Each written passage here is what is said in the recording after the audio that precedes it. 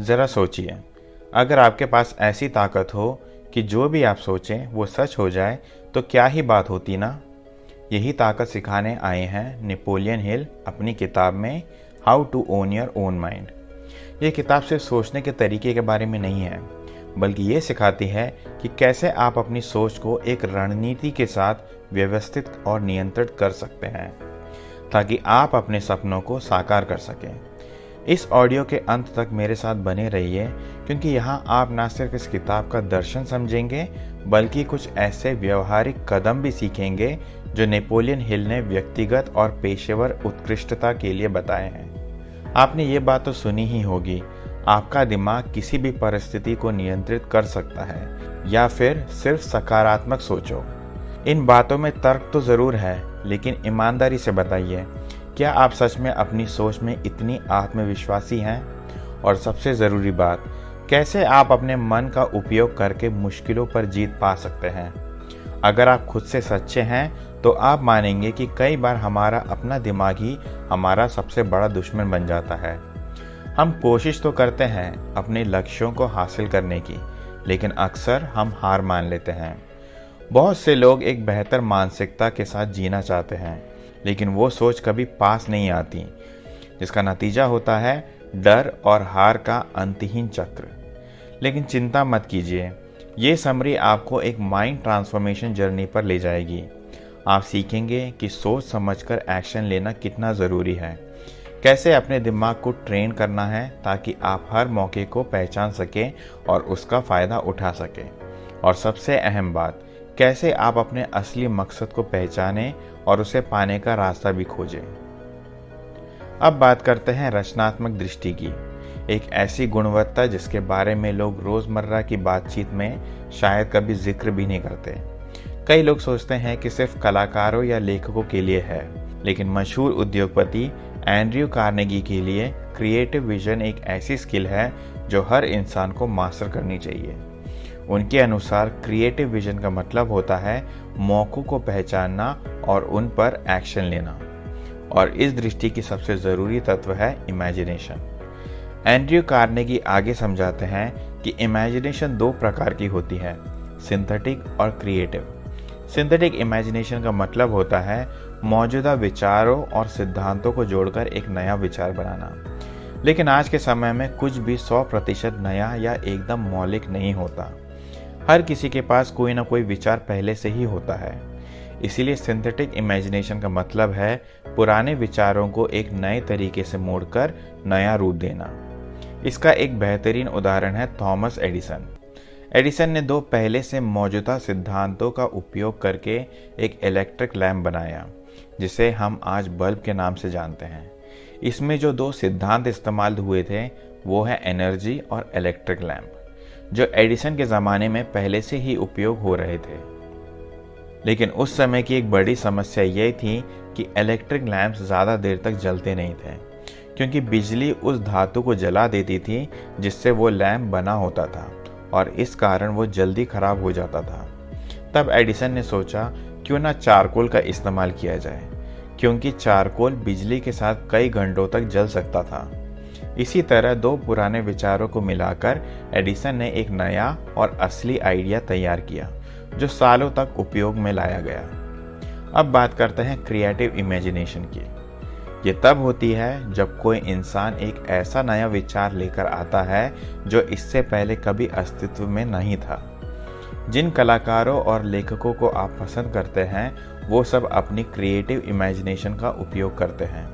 अक्सर उन्हें खुद भी नहीं पता होता कि उनके दिमाग में वो विचार या दृश्य कहाँ से आया, लेकिन वो आते ज़रूर हैं। अगर हम फिर से एडिसन की ही बात करें, तो जब उनसे पूछा गया कि लैंप में चारकोल का आइडिया उन्हें कहाँ से आया, तो कई इंटरव्यू में उन्होंने बस इतना कहा, बस एक आइडिया आया और मैंने उस पर काम शुरू कर दिया। यही बात आपके पसंदीदा लेखकों और संगीतकारों पर भी लागू होती है। वो खुद नहीं जानते कि उनकी गाने के बोल या कहानियों की प्रेरणा कहाँ से आती है, लेकिन वो आती ज़रूर है। यही है क्रिएटिव इमेजिनेशन की खासियत। क्रिएटिव विजन तभी काम करती है जब आपकी इमेजिनेशन सक्रिय हो, सीधे शब्दों में कहे तो आपको अपनी सिंथेटिक और क्रिएटिव इमेजिनेशन को विकसित करना शुरू कर देना चाहिए, खासकर उन चीज़ों के लिए जो आपके लक्ष्य से जुड़ी हो। लेकिन जब आप अपनी इमेजिनेशन को ग्रो करने लगते हैं तो कुछ ज़रूरी बातें होती हैं जिन्हें ध्यान में रखना चाहिए। पहला सिद्धांत है डेफिनेट ऑफ पर्पस प्रिंसिपल। इसका मतलब है अपने मकसद को लेकर पूरी तरह स्पष्ट होना। अगर आप ये जानते हैं कि आप क्या चाहते हैं तो आपकी कल्पना शक्ति खुद ब खुद दिशा पकड़ने लगती है। वित्तीय लाभ की सोच भी आपकी इमेजिनेशन को प्रेरित कर सकती है। चाहे ये बात मामूली लगे, लेकिन पैसा जिंदगी को आसान बनाता है और साथ ही एक तरह की पहचान और लोकप्रियता भी देता है। दूसरा है मास्टरमाइंड प्रिंसिपल। यह तब होता है जब एक समूह मिलकर किसी प्रोडक्ट को बेहतर बनाने या कोई अच्छा बिजनेस आइडिया निकालने के लिए एक साथ सोचते हैं।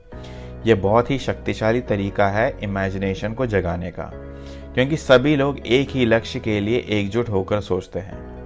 तीसरा सिद्धांत है going the extra mile principle. इसे एक उदाहरण से समझिए। एक लड़की है ऐना, जिसे एनिमल रेस्क्यू करने का बहुत शौक है। उसे जानवर से इतना प्यार है कि वह हर समय उनके साथ ज़्यादा समय बिताने के नए तरीके खोजती रहती है। ऐना का यही जुनून उसकी सिंथेटिक और क्रिएटिव इमेजिनेशन को जगाता और बढ़ाता है। चौथा सिद्धांत है अप्लाइड फेथ। जो भी आप दिल से मानते हैं, आपका विश्वास आपकी कल्पना शक्ति का एक शक्तिशाली स्रोत बन सकता है। इतिहास में कई ऐसे लोग हैं जिन्होंने सिर्फ अपने विश्वास के बल पर वो सब कुछ हासिल किया जो उन्होंने चाहा था। उनका दृढ़ यकीन ही उनकी प्रेरणा और कल्पना की सबसे बड़ी ताकत थी। पांचवा सिद्धांत है ऑर्गेनाइज्ड इंडिविजुअल एंडेवियर। ये एक सीधा और असरदार तरीका है जिससे इंसान कुछ नया रचने के लिए अपनी इमेजिनेशन का उपयोग करता है। इसका सबसे बेहतरीन उदाहरण है थॉमस एडिसन का इलेक्ट्रिक लैम्प का आविष्कार। उसने ना सिर्फ सोचा बल्कि अकेले ही उस विचार को हकीकत में बदला। अब बात करते हैं संगठित सोच की। क्या आपने कभी अपने खुद के विचारों के बारे में सोचा है? क्या आपने ये जानने की कोशिश की है कि आप कैसे सोचते हो? ज़्यादातर लोगों की तरह शायद आपने भी इस पर कभी ध्यान नहीं दिया होगा। लेकिन अगर आप सच में अपनी इच्छाओं को पूरा करना चाहते हैं तो आपको ये जानना और समझना ज़रूरी है कि आपकी सोचने की प्रक्रिया क्या है। इसलिए ज़रूरी है कि आप अपनी सोच को व्यवस्थित करना सीखें।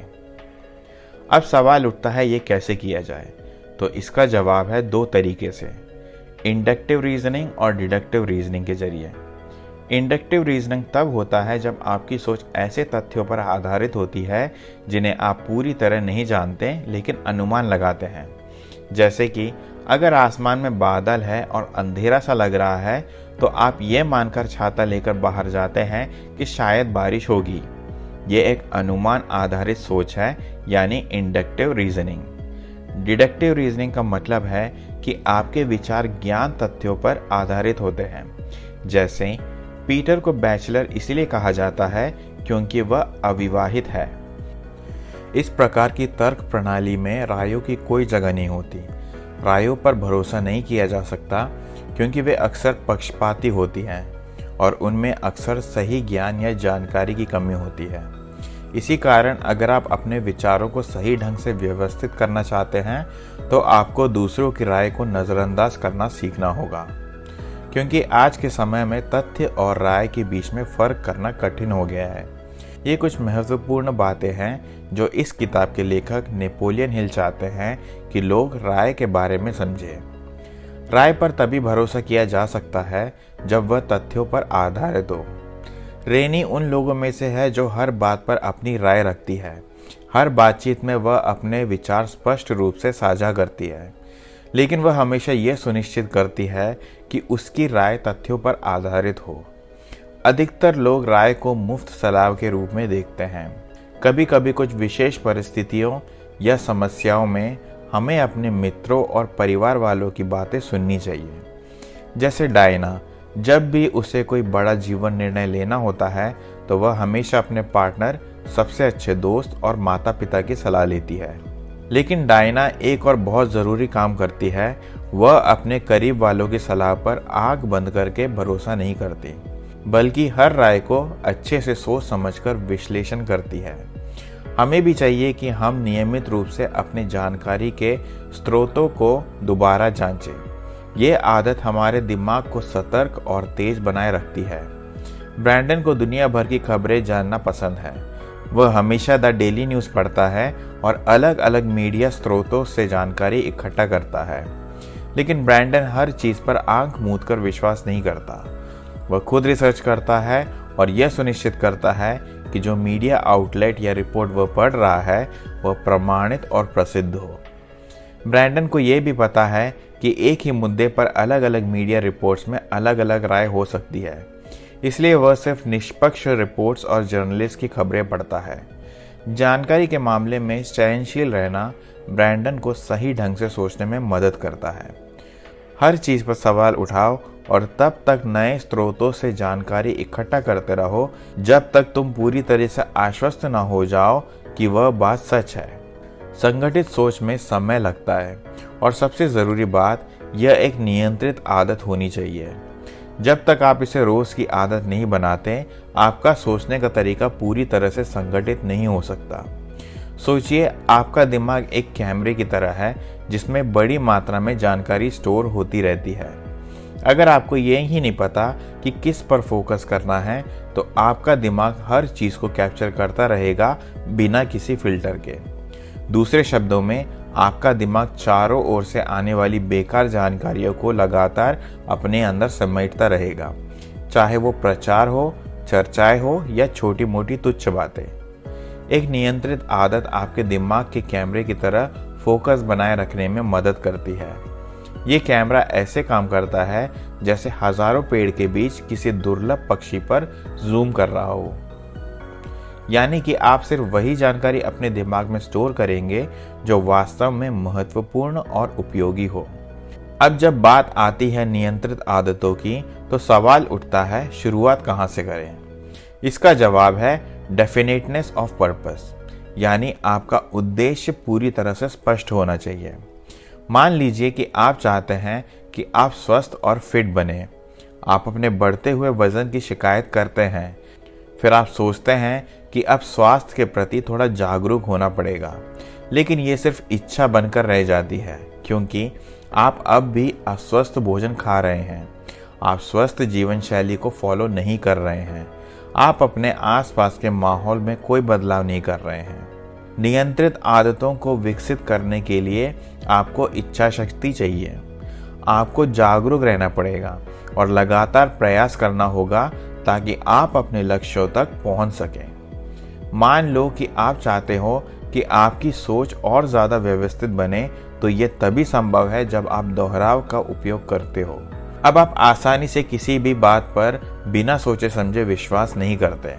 आप उन बातों पर खुद रिसर्च करते हो जिन्हें आप और गहराई से समझना चाहते हो। ऊपर दिया गया उदाहरण ज़्यादा शारीरिक दोहराव का था, और हाँ, यह तरीका असरदार है, लेकिन साथ ही साथ मानसिक दोहराव भी उतना ही ज़रूरी है। इसका एक बेहतरीन उदाहरण है दृढ़ वाक्य।